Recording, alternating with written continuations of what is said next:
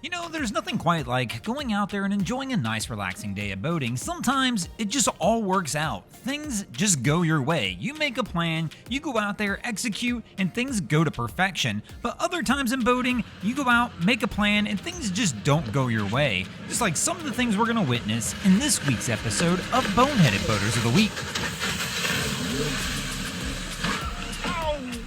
Of course, here on this channel, we kind of specialize in things going wrong out there on the water. Sometimes we'll see exactly what's about to happen and know exactly what went wrong, and other times we have no earthly clue why things went the way they did, kind of like here. I mean, they had to see the boat, right? It's not like it was going anywhere, and it's also a law enforcement boat, which makes it stand out just a little more. Now, sometimes it's really easy. Like this crew, you can tell they just center a little too hard.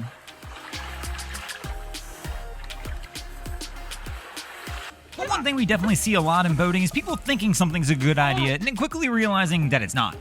Not worth it. Not worth it. Now, I have to agree with this crew on this one. Definitely not worth it. But again, it's all about realizing when you've made the mistake that you've made the mistake and trying to correct it exactly like they're doing here, and hopefully correcting it before it's too late. Now, one thing I always try to keep in mind with all these situations is, of course, that we're all human, and as humans, naturally, we're going to make mistakes. Let me know in the comments what the biggest mistake you ever made in boating was. Some mistakes are definitely bigger than others.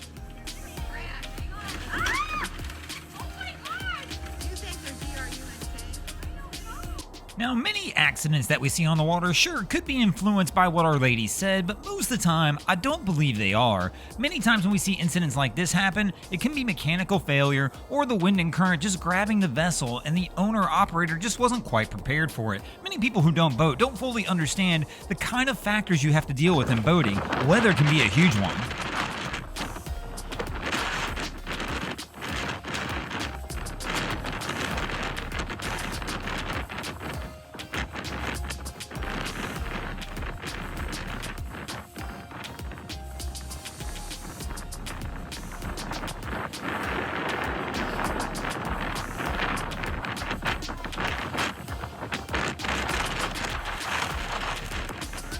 And the craziest part about the weather factor when you get around the water is things can change quickly. 1 minute it'll be beautiful, the next minute it'll be nasty, and then it'll be beautiful again, all out of the blue. But one of the bigger mistakes we see made too as well is just lack of knowledge. People get out there, get on a boat, think it's gonna be like driving a car, not realizing there's more that goes into it. Even I know that. They don't even have that whole boat, not a single one of them is realizing that the thing's not working. One of the big problems in boating as well, it only takes little simple mistakes sometimes to create big mistakes. See that? That boat is on the ground. It ain't on that trailer. He didn't even clip it before he pulled up the damn ramp and it fell off. That's what's holding the whole ramp up today, is this guy right here. And unfortunately, in some scenarios, when you do make those mistakes, it doesn't just affect you. For example, if you drop the boat on the ramp like this, you're probably affecting multiple people at the ramp. Now, of course, some mistakes are just boneheaded ones. When people do things they shouldn't be doing out there on the water, that can lead to some real trouble. Other times, the mistakes that'll be made, they're not really your own fault. You're just out there enjoying your day on the water, and the mistake decides to come to you. I'm not sure how well I'd be sleeping on this boat knowing that this guy was just hanging out right off the backside. Now let me know what you would do in this situation. If you were anchored up here for the night and this guy showed up hanging off right off the stern of the boat, would you stay or would you wind up moving and maybe possibly finding another location? Now, one of the big places where things go wrong in boating is definitely down at the boat ramp. Things can get chaotic and crazy down there pretty fast, and a lot of times, as we mentioned, it only takes little simple mistakes to create huge problems down at the boat ramp, things that might take a little bit of time to clean up.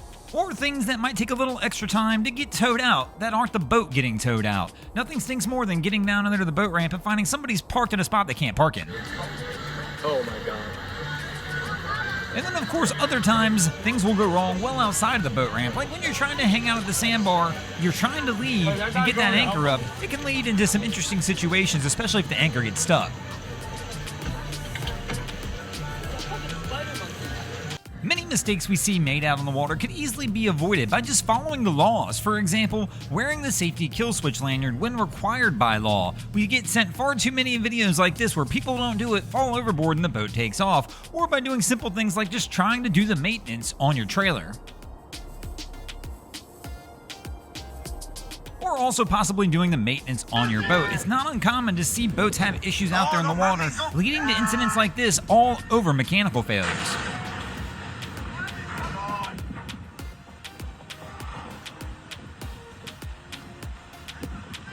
Now, of course, not all mechanical failures can be avoided on a boat. It doesn't matter how well you take care of something. At some point in time, anything mechanical is going to have issues and break. But all you can do is do your best to be prepared for when those incidents occur, where you can try and avoid big accidents like this. And other things you can do is make sure you have the proper equipment. I mean, is it really not worth spending a couple extra dollars to put some straps on the stern of the boat, on the trailer, to prevent something like this from happening to you? Other things you may need is having the proper equipment just to get the boat launched.